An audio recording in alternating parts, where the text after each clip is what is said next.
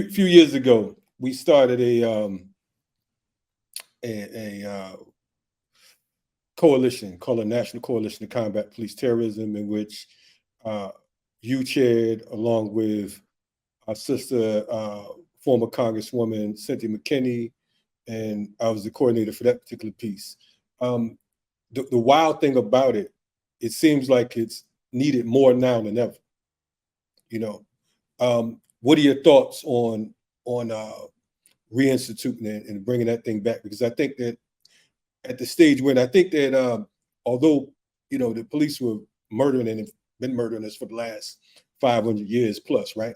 I think that at that particular moment, a lot flew over a lot of folks' heads, because it's like, and I remember the press conferences, oh, you a coalition to combat police terrorism. You had to explain what combat was, so on and so forth, in the terms of the enemy.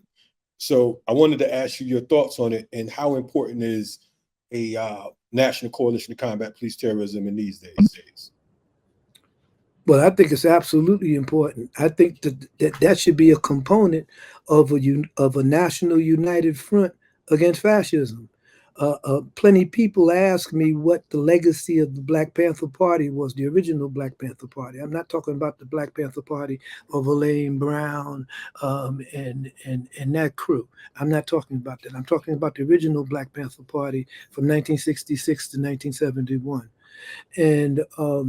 And at that time, the Black Panther Party, because it was one of the leading African formations on the continent, in North America, and because there was a huge anti-war sentiment in the U.S., and the white students and white activists all across the U.S. Understood that the U.S. involvement in Vietnam was the involvement of an imperialist nature. They understood that they wanted peace and not war. They wanted to dismantle the war machine. They wanted to reconcile America's racial animus.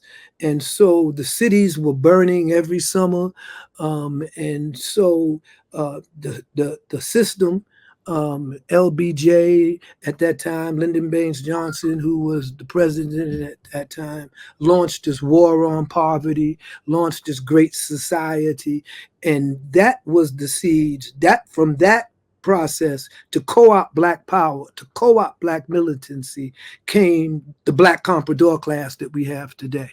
The poverty pimps of yesterday wound up in the Congressional Black Caucus. Martin Luther King's compatriots who were around him when he was assassinated became the Pied Pipers of Black people into the Democratic Party. Okay, and we have not benefited from that at all. But what we did at that time, we understood that the right and that white supremacy was in disarray, was in confusion after the gains in the South on the civil rights movement, after the rise as Black power began to gain credence amongst students, amongst the lumpen proletariat, unemployed. Black people on the streets were wearing Black power emblems on their hats, and Black fists on their Afro picks. So in order to co-opt this, in order to bring this down, they came up with the War on Poverty and the War on Drugs and the Omnibus Control Act in the late 1970s. But what we did in order to prevent or inhibit the consolidation of white supremacy after the gains of the civil rights movement is that we call for a united front on fascism. We call for a national united front. And 7,000 to 8,000 activists showed up to build what we call national committees to combat fascism chapters in each major city. And it's telling too, because in retrospect, what we saw was almost 80% of those activists that showed up for this united front against fascism were white. And they showed up to Black Panther convention that was convened to build a united front against the rise of the militarized police, against the rise or the reassertment of white racist conservatism in the Republican Party. The pushback against the civil rights gains of the 60s was mass incarceration, was the war on drugs and the war on terror. And it was the Black bourgeoisie, the Negro Black faces in high places that supported these omnibus crime control bills, that supported the Clintons, that supported these bills, that wound up putting masses of Black youth in prison.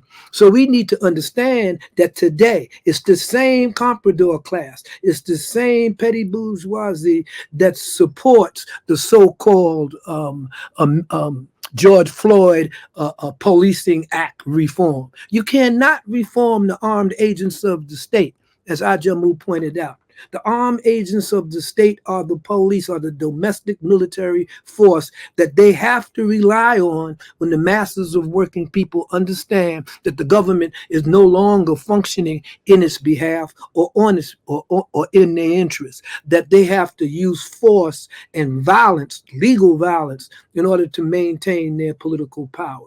And this is what's being done to the Black community. We are being given the alternative between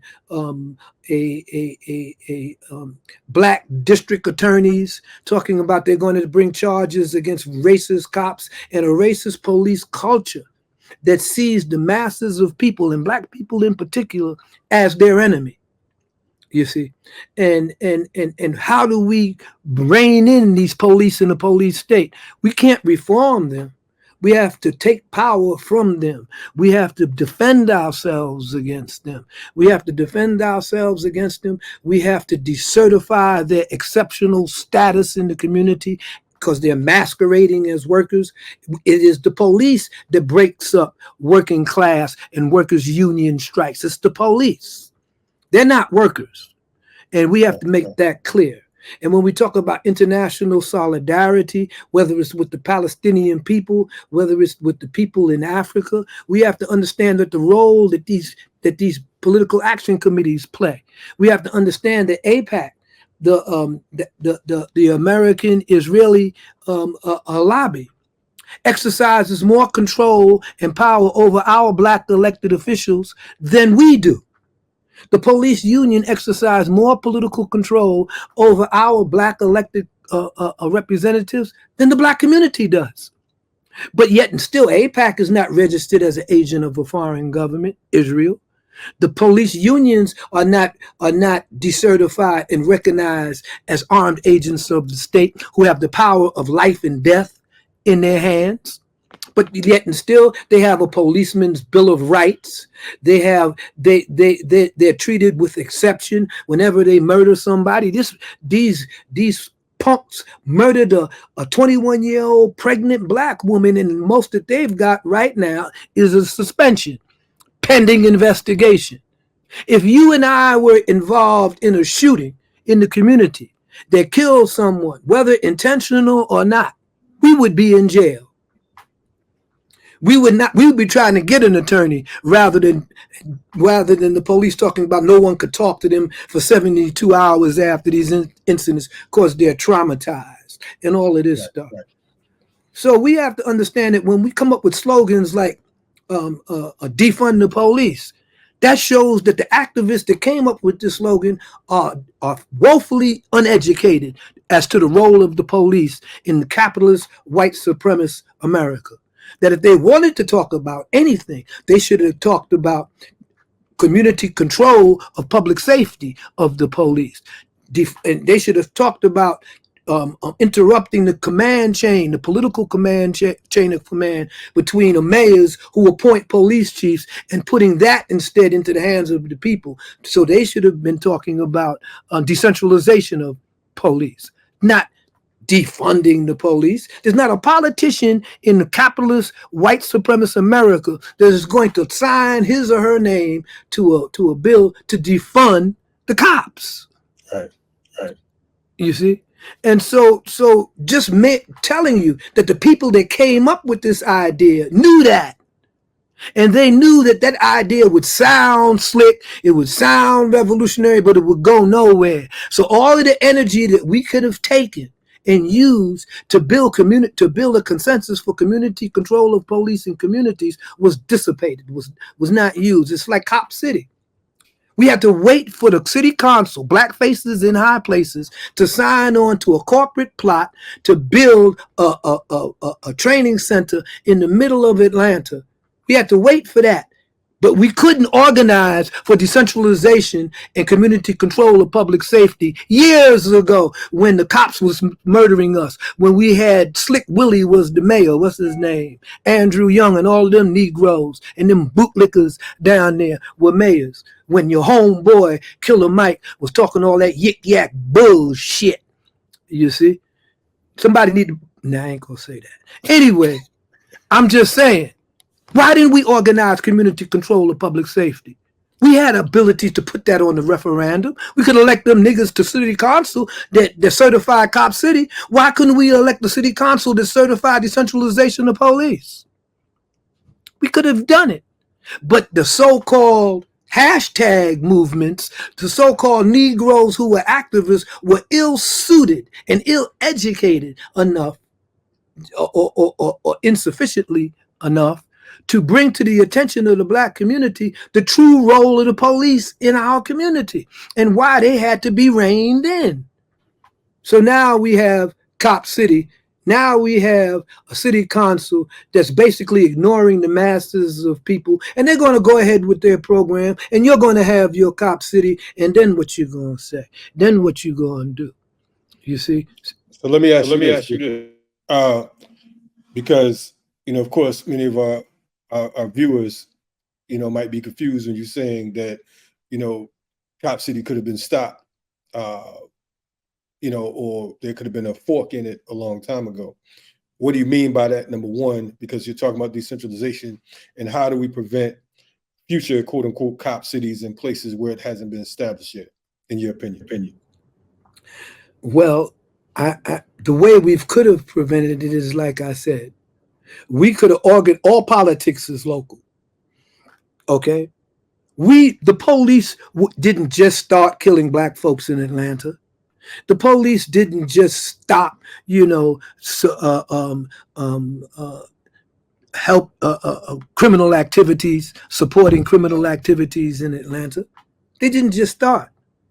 So we could have gotten, like I said, if we revisited the past, we would have saw that in New York, for instance, we had a referendum placed on the ballot for community control of the police.